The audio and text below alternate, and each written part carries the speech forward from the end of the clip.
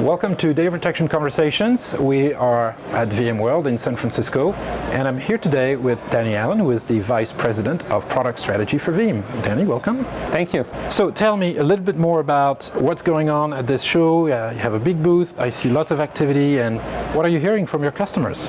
Well, exciting to be here. We've been here since the very beginning of Veeam. We started out being number one in VMware data protection, as you know. If you look at our customer base, I think over 80% of them are using VMware. So we've had a very tight relationship with them over the years and continue to co-innovate on all kinds of interesting things. We did some sessions yesterday on how to do better, smarter replication. What we're hearing from customers is certainly evolution of workloads. Started out being virtualized workloads, obviously, but we've heard a lot at this conference about Kubernetes and containers and how things are evolving. And we're hearing the same from our customers. They haven't wholesale shifted over into modernization. That's a hard lift, as you know, but we're certainly having the conversations, and it's great to have the alignment with VMware and with our customers on where the market's going. Perfect. And so I see also a lot of partners, a lot of Veeam partners are even exhibiting, which I think is a very good sign. How's the ecosystem going, and what type of alliances are you focused on?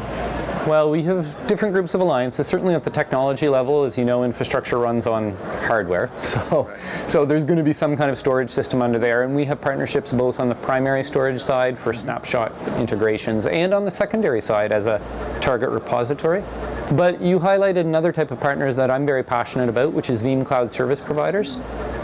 Everyone talks about cloud, and typically when they talk about cloud, they're thinking AWS and Azure and the hyperscale public clouds. But when you move to the public cloud, the types of techniques that you apply are very different. And so it requires subject matter expertise. It requires an understanding of the economics of what works better on premises versus in the cloud. It requires expertise over how to know when to place something in one place versus another place.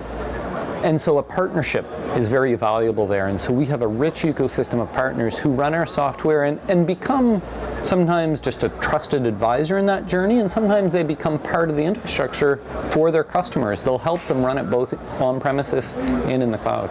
That makes perfect sense, and certainly it's an evolution we're seeing also from our research. And we recently talked to your partner Allan, for example. Yes. So certainly a very good example of the type of partnership that you can have.